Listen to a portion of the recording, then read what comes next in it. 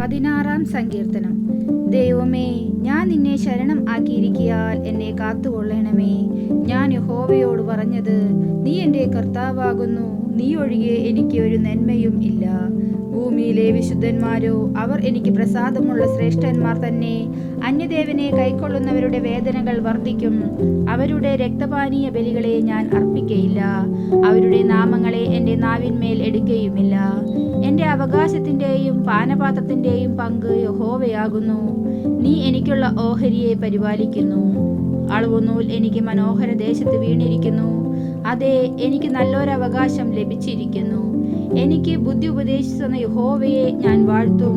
രാത്രികാലങ്ങളിലും എൻ്റെ അന്തരംഗം എന്നെ ഉപദേശിക്കുന്നു. ഞാൻ യഹോവയെ എപ്പോഴും എൻ്റെ മുമ്പിൽ വച്ചിരിക്കുന്നു. അവൻ എൻ്റെ വലത്തുഭാഗത്തുള്ളത് കൊണ്ട് ഞാൻ കുലുങ്ങിപ്പോകയില്ല. അതുകൊണ്ട് എൻ്റെ ഹൃദയം സന്തോഷിച്ചു, എൻ്റെ മനസ്സ് ആനന്ദിക്കുന്നു. എൻ്റെ ജഡവും നിർഭയമായി വസിക്കും. നീ എൻ്റെ പ്രാണനെ പാതാളത്തിൽ വിടുകയില്ല. നിന്റെ പരിശുദ്ധനെ ദ്രവത്വം കാണുവാൻ സമ്മതിക്കുകയുമില്ല. ജീവന്റെ വഴി നീ എനിക്ക് കാണിച്ചു തരും. നിന്റെ സന്നിധിയിൽ സന്തോഷ പരിപൂർണതയും നിന്റെ വലത്തുഭാഗത്ത് എന്നും പ്രമോദങ്ങളും ഉണ്ട്.